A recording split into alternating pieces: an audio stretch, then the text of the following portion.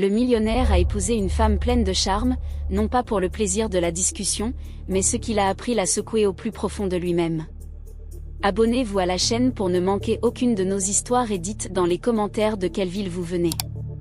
C'était une soirée d'hiver froide et humide à Paris, mais l'intérieur du luxueux hôtel particulier où Nicolas Dubois, un homme d'affaires millionnaire, avait organisé son dîner, était chaleureuse et animée. La pièce était remplie d'élites de la finance, des artistes, des célébrités, et des politiciens influents. Mais, malgré l'atmosphère mondaine et la conversation raffinée qui se déroulait autour de lui, Nicolas se sentait étrangement insatisfait. Il n'avait plus de défis, plus de surprises dans sa vie.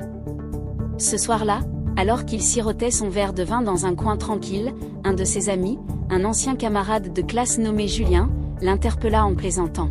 « Eh bien, Nicolas, tu parles toujours de toutes les femmes que tu pourrais conquérir, mais jamais de la femme qui te défierait vraiment. » Un ricanement général s'éleva parmi les invités. « Tu parles d'être audacieux, mais as-tu déjà épousé une femme qui ne correspond pas à l'image d'un homme comme toi ?» Le défi était lancé, épouser une femme, hors de son ordinaire, une femme qui ne correspondait ni à ses standards ni à ceux de la société. Claire Lefebvre, une femme ronde et pleine de caractère, serait la clé du pari. L'idée était de prouver qu'il était capable de « conquérir » une femme qui n'était pas dans les clous des critères physiques habituels de beauté. L'excitation de l'enjeu séduisit Nicolas immédiatement. C'était un pari qu'il pourrait facilement gagner, pensait-il. En quelques minutes, le pari fut accepté. « Je vais trouver une femme comme celle-ci, et vous verrez qu'elle m'épousera sans même hésiter », lança-t-il avec assurance, un sourire arrogant aux lèvres. Personne ne pouvait prédire que ce pari allait bouleverser sa vie d'une manière qu'il n'aurait jamais imaginée. Le lendemain, bien décidé à remporter son pari, Nicolas arpenta les rues de Paris, à la recherche de la femme parfaite pour remplir ce rôle particulier. Il ne cherchait pas à comprendre ou à explorer la personnalité de la femme qu'il allait choisir, il était obnubilé par l'idée de remplir son contrat. À un moment donné, il se rendit dans un café branché du Marais, un endroit où il savait que de nombreuses femmes se retrouveraient après leur journée de travail. Et puis il la vit. Elle entra, élégante à sa manière, et s'installa à une table voisine. Claire Lefebvre, grande, imposante et pleine de vie, avait cette aura confiante que peu d'autres possédaient. Ses courbes étaient loin d'être discrètes, mais il y avait quelque chose de particulier dans sa posture. Une assurance, une énergie vibrante, un éclat d'intelligence dans ses yeux. Curieux et légèrement perturbé par sa présence, Nicolas engagea la conversation. Il ne s'attendait pas à être captivé. Claire parlait avec une fluidité rare, un esprit aiguisé, des opinions fermes et une légèreté qui contrastait avec l'apparence qu'il avait d'elle avant de la connaître. Ils parlèrent de sujets variés, de politique à la culture, en passant par la philosophie. Claire semblait bien plus que ce qu'il avait imaginé. Avant qu'il ne s'en rende compte, quelques heures étaient passées. Claire, de son côté, n'avait pas été impressionnée par les avances de Nicolas. Elle savait parfaitement que cet homme, en apparence sympathique mais surtout arrogant, ne la voyait probablement que comme une figure de défi à dominer. Mais au fond, elle se sentait intriguée. Elle sentait que derrière son masque d'homme d'affaires, il y avait des facettes plus complexes. Et cette complexité éveillait en elle un intérêt curieux. Nicolas, tout à son défi, invita Claire à un dîner quelques jours plus tard. Il lui fit comprendre que, même s'il l'avait rencontrée par hasard, il la trouvait fascinante. Il lui proposa de l'épouser, en lui expliquant que son objectif n'était pas simplement de l'avoir à ses côtés comme trophée, mais de prouver à ses amis qu'il pouvait conquérir n'importe qui. Une telle audace était tout à fait dans le caractère de Nicolas. Claire, étonnée par cette proposition aussi directe que peu romantique, prit un moment pour répondre. Mais au fond d'elle-même, elle percevait ce défi comme une opportunité. Elle savait que ce mariage serait bien plus que l'accomplissement d'un simple pari pour lui. Elle avait sa propre vision de l'avenir, mais pour l'instant, elle choisit d'accepter. Cependant, elle posa une condition, « Tu ne m'épouseras que si tu prouvais que tu m'aimes pour ce que je suis, et non pour l'image que tu souhaites projeter. » Le mariage eut lieu dans une petite cérémonie intime, loin de l'agitation médiatique, mais avec des invités de choix, certains proches de Nicolas, des collègues influents et quelques figures publiques. Claire, bien que peu habitué à ce monde de strass et de paillettes, se tenait fièrement, vêtu d'une robe qui mettait en valeur ses courbes généreuses sans chercher à les cacher. Son naturel frappait davantage que sa silhouette. Mais ce mariage n'était pas une simple cérémonie. Pour Claire, il s'agissait de commencer une nouvelle phase de sa vie, d'explorer des dynamiques de pouvoir et de partage avec un homme qui, au départ, ne semblait la considérer que comme une « conquête » facile. Nicolas, de son côté, se sentait déjà dans une position de contrôle, mais il ne se doutait pas de l'impact que ce mariage aurait sur lui. La vie conjugale s'installa lentement. Claire, fidèle à son caractère, se consacra à son travail. Elle se rendait régulièrement à son bureau où elle agissait en tant que secrétaire du président, un poste stratégique. Mais à la maison, elle faisait preuve d'une patience glacée, laissant Nicolas mener les discussions sur des sujets qui ne l'intéressaient guère. Très vite, il remarqua que Claire était une femme extrêmement intelligente, mais aussi dotée d'une indépendance qu'il n'avait pas anticipée. C'est lors d'un dîner en ville, où ils étaient invités par un groupe de diplomates, que la première étincelle de doute s'alluma dans l'esprit de Nicolas. Claire sembla presque trop à l'aise avec les personnalités politiques présentes. Plus d'une fois, il la remarqua discuter longuement avec des figures influentes, comme si elle dirigeait la conversation. Il était bien loin de comprendre ce qu'il se passait. Un mois après leur mariage, Nicolas reçut une invitation à un événement officiel de grande envergure. Il était censé rencontrer des figures du gouvernement, des chefs d'entreprise, et des diplomates de haut rang.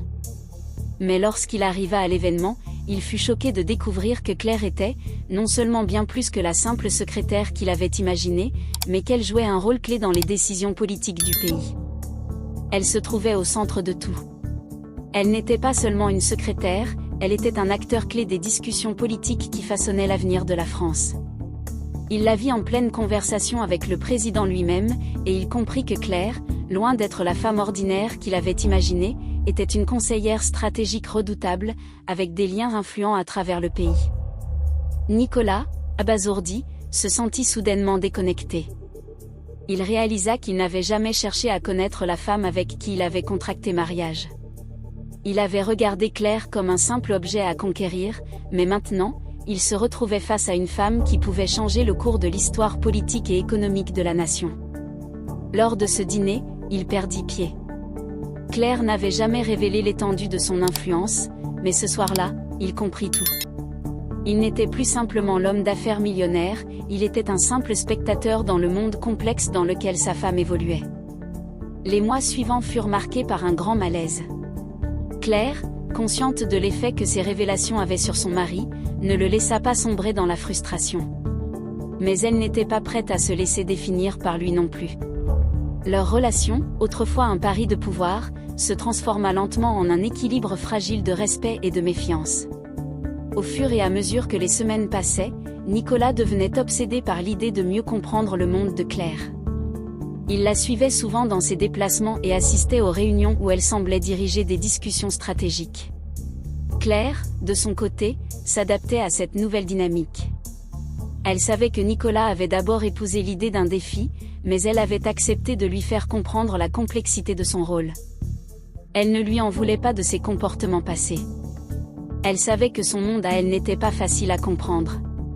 Mais elle était prête à le lui faire découvrir, lentement, sans jamais lui donner la possibilité de reprendre le contrôle. Il commença à voir en elle non seulement une femme de pouvoir, mais aussi une figure indépendante, avec une vision du monde qui était en dehors de ses propres attentes. Les rôles avaient changé, et Nicolas se sentait souvent sur le qui-vive. Il n'était plus maître de la situation.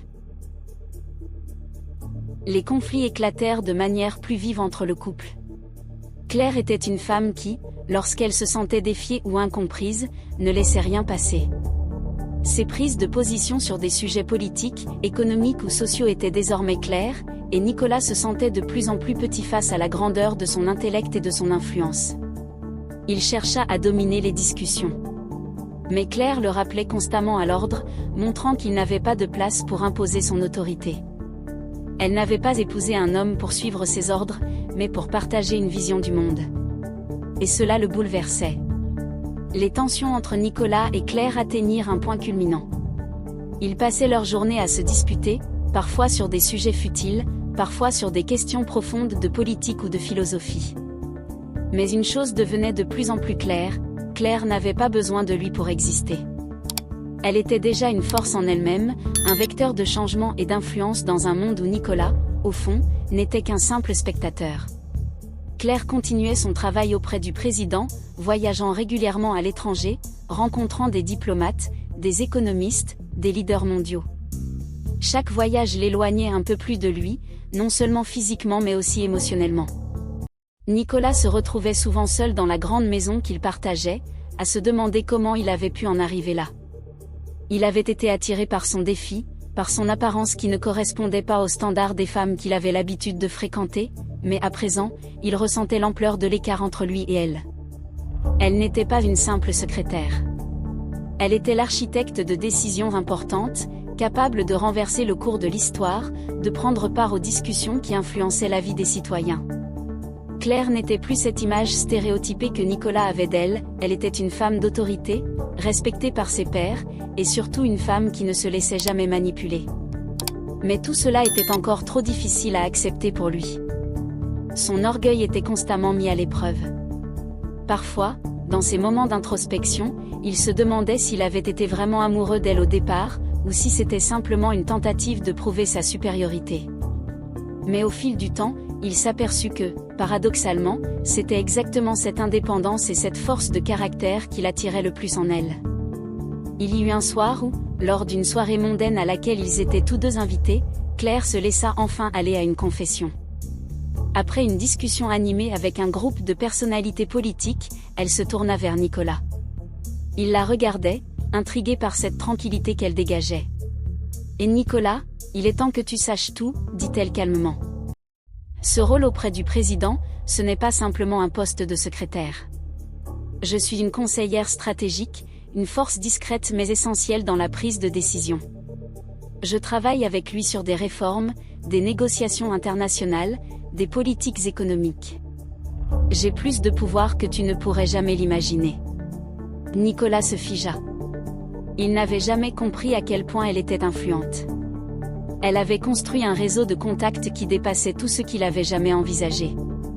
Elle connaissait des secrets, des décisions en amont qui façonnaient l'avenir de leur pays, et pourtant elle restait dans l'ombre, agissant avec discrétion.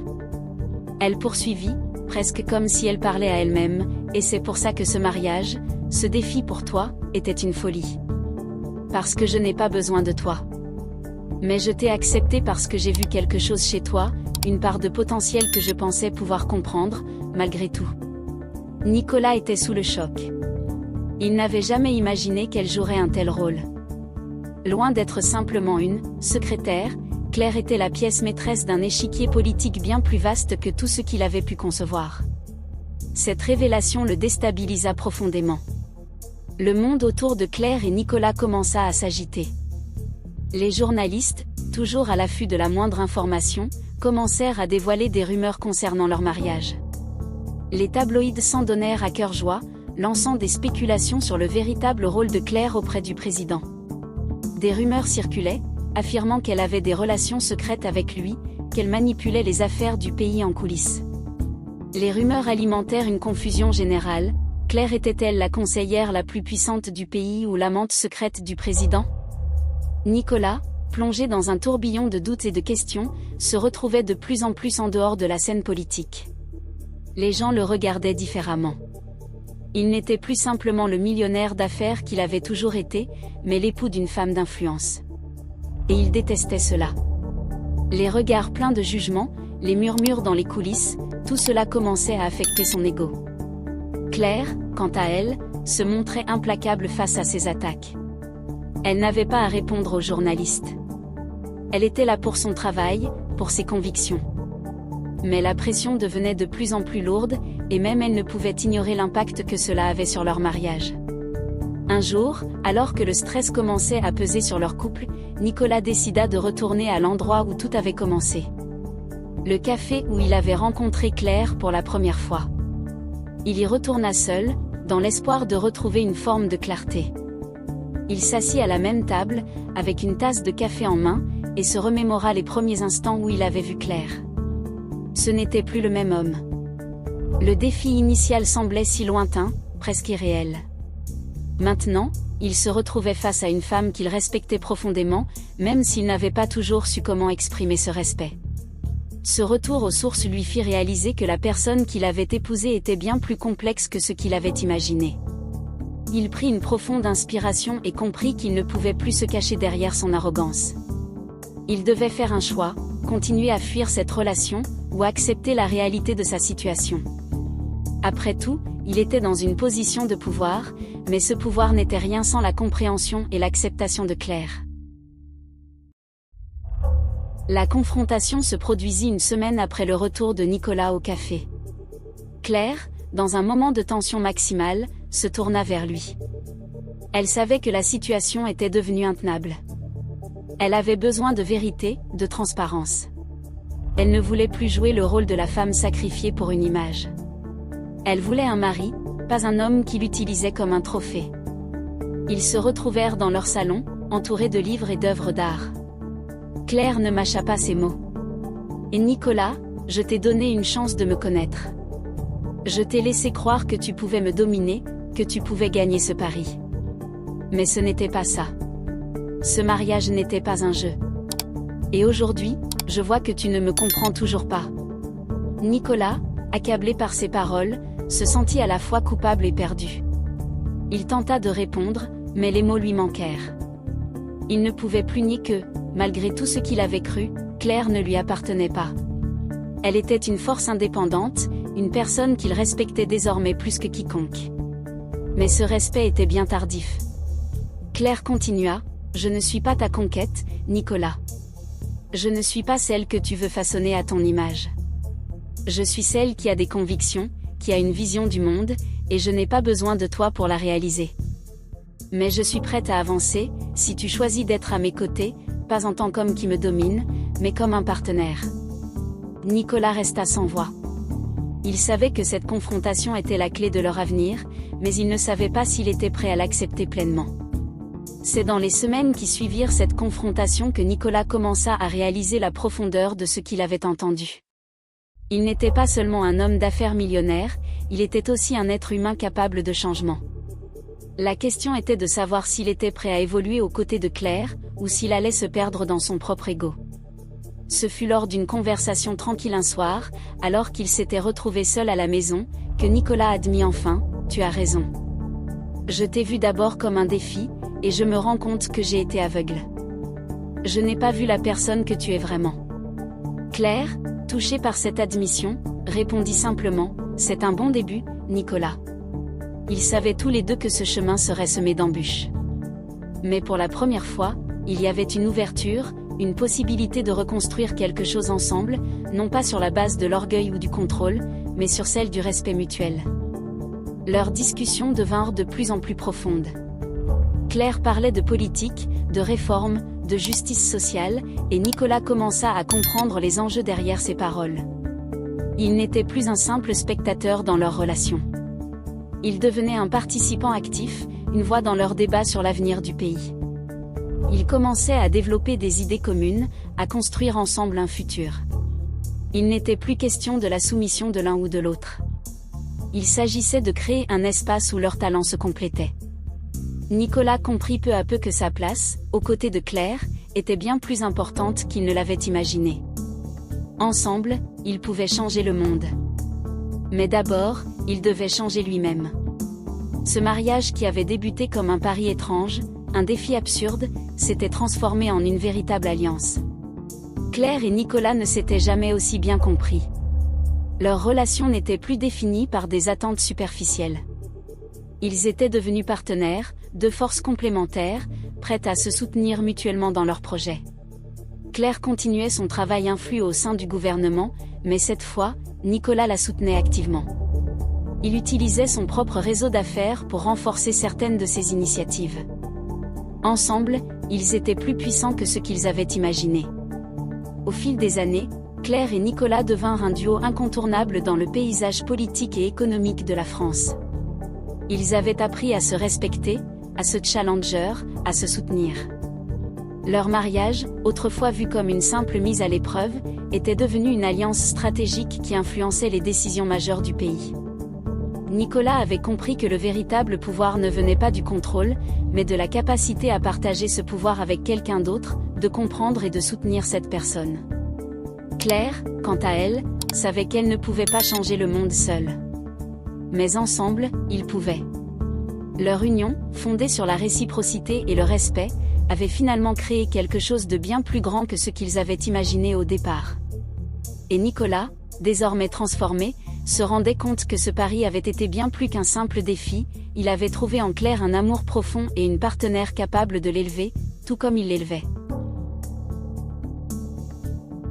La morale de cette histoire réside dans le fait que les véritables relations, qu'elles soient amoureuses, professionnelles ou sociales, ne se construisent pas sur des fondations superficielles, mais sur la compréhension, le respect mutuel et la reconnaissance des forces et des faiblesses de l'autre.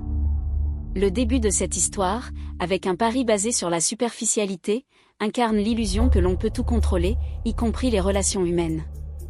Nicolas Dubois, homme d'affaires millionnaire, cherche à prouver sa supériorité en se lançant dans un pari absurde, pensant pouvoir manipuler et conquérir une femme comme Claire Lefebvre en fonction de ses propres règles. Mais au fur et à mesure de l'histoire, il se rend compte que l'amour, le respect et la vraie connexion humaine ne peuvent pas se réduire à un simple défi ou à une transaction.